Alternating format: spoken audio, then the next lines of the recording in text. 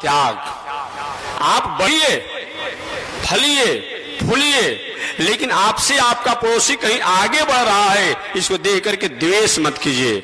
और उसके बाद बताया गया लोभ, और कारण लोभ का त्याग कीजिए। लोभ तो होना चाहिए, खेती व्यापार नौकरी अध्ययन अध्यापन द्वारा लोभ करिए, लेकिन अनीति अन्याय द्वारा धन कमाने का कोशिश मत कीजिए, ये बताया गया है। शोक का त्याग करना चाहिए, और भय का भी त्याग करना चाहिए। जो होने वाला है वो होकर के रहेगा। बताएगा मद, कितना भी कुछ हो, मद का भी त्याग हो। और मान अपमान जो है, ये भी जीवन की एक दिनचर्या मान लीजिए अपने आप में कि ये भी बहुत हमारे लिए लागू न हो, ये विचार करना चाहिए। और परनिंदा, हम अपने आप में जो व्यक्ति करता अपना होगा, लेकिन उसके बहुत बता दीजिए, सचेत कर दीजिए, नहीं मान रहा है कोई बात नहीं है। हिंसा का त्याग होना चाहिए, कपट का त्याग होना चाहिए। और बताया गया है ऐसे अगर जो व्यक्ति इन नियमों को पालन करता है, संसार में रहते हुए आत्म कल्याण को प्राप्त करता है। इस तरह नारद जी महाराज ने उपदेश दिया और कहा कि ऐसे नियमों को जो पालन करता है वो व्यक्ति गृहस्थ आश्रम में जो 6 प्रकार के सुख होता है, उन 6 प्रकार के सुखों का अधिकारी होता है। शास्त्र में 3 प्रकार का सुख बताया गया है, जो कभी आपने सुना होगा। वो 3 प्रकार के सुख में होता है, एक ब्रह्मानंद, दूसरे का नाम है विद्यानंद, और तीसरे का नाम है विषयानंद, माने संसारी। विषय माने संसारिक आनंद। तो ब्रह्मानंद सुख का मतलब कि परमात्मा के स्थिति में अपने आप रहना, वो ब्रह्मानंद सुख है। इस ब्रह्मानंद सुख में गौतम बुद्ध ने अपनी पत्नी, अपने बेटा, अपने राज को त्याग करके और उस स्थिति में जाकर रहे। जो कभी आपने पढ़ा होगा, गौतम बुद्ध की पत्नी का नाम था यशोधरा। यशोधरा नाम था। उसने कहा था, जब गौतम बुद्ध अपनी पत्नी को, बेटा को, राज को छोड़ करके, परिवार को छोड़ करके, समाज को छोड़ करके जब घर से बाहर निकल गए, तो यशोधरा ने कहा था, सखी वे मुझसे कह कर जाते, पर चोरी चोरी गए, यही बड़ा व्याघात, सखी वे मुझसे कह कर जाते। अपने सहेलियों से कहती है कि अगर उनको जाना ही था तो हमसे कह कर जाते, तो मैं तिलक लगा देती, माला कर देती, अपने लगा देती, अपने आप में मैं आज्ञा देती, लेकिन पर चोरी चोरी गए, यही बड़ा व्याघात। लेकिन छुप कर चले गए, अपने आप में बिना हमें जनाए चले गए, यही मेरे लिए बहुत बड़ा कष्ट की बात है। ये अपने आप में ब्रह्मानंद है। दूसरा आनंद क्या है? विद्यानंद। बड़े बड़े विद्वान ज्ञानी लोग जो होते हैं, दुनिया से कोई मतलब ही नहीं है, अपने लिखने में, अपने पढ़ने में रात दिन उसी में रहते हैं, ये विद्यानंद है। ये भी एक आनंद होता है। और तीसरा संसारिक आनंद, जिसे कितनी बार मैं व्याख्या कर चुका हूं। संसारिक आनंद क्या है?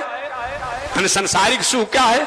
6 प्रकार के सुख को संसारिक सुख कहा जाता है, जो कि मैं निवेदन किया हूं कि प्रसंग बस निवेदन करता हूं। अर्थागमो नितमरोगिता च प्रिया च भार्या प्रियवादनी च वश्यश्च पुत्र थकरे च विद्या षड्जीव लोकस्य सुखानि राजन्।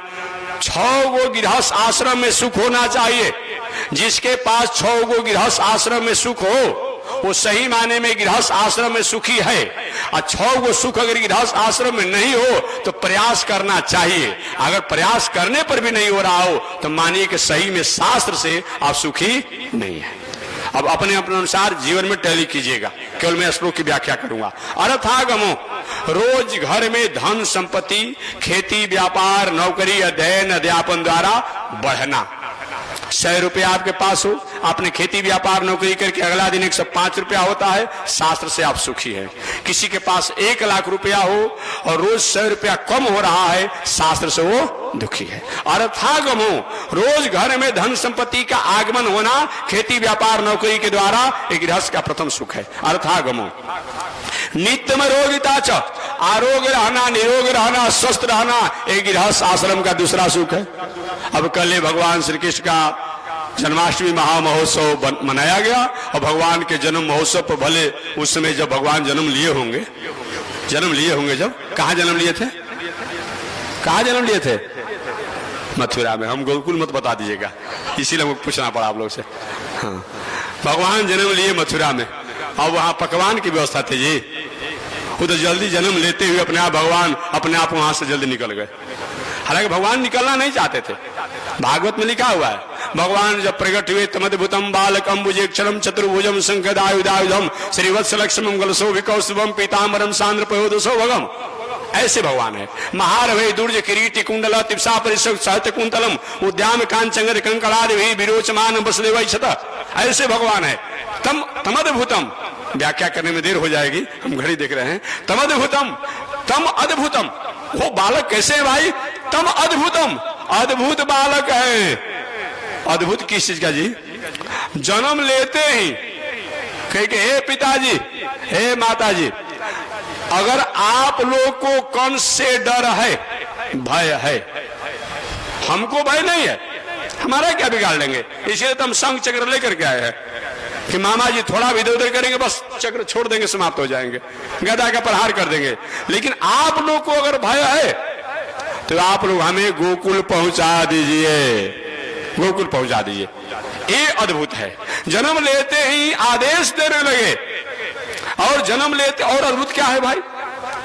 जन्म लेने से पहले अपने आप, जन्म लेते समय चतुर्भुज रूप में हो गए, अद्भुत बात है अपने आप में। और कहने से माता के त्याग भी दिए, अद्भुत बालक है, इस तरह बताया गया है। ऐसे भगवान अपने आप में। तो चलिए मैं प्रसंग पर चलता हूं। अर्थागमो नित्य मरोगित आच, आरोग रहना निरोग रहना, उसमें तो भगवान के लिए बना नहीं होगा। बाद में भले गोकुल में बना होगा तो बना होगा पकवान है, लेकिन मथुरा में बनाने की कहां बात है?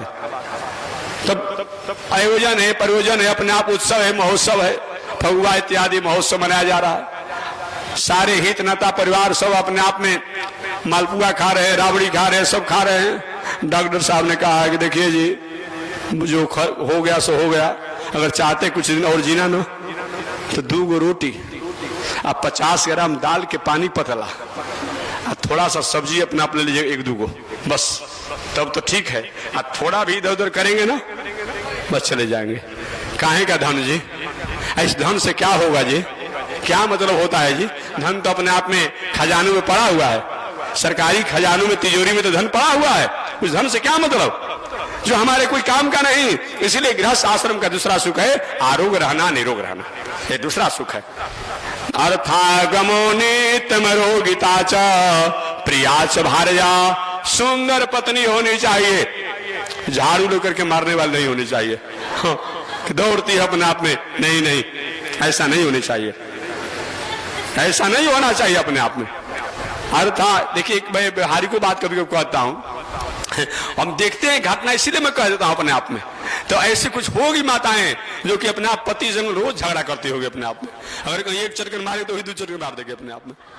एक हाथ से मैं कथा करके मैं वाणी को विराम दे दूंगा। एक बार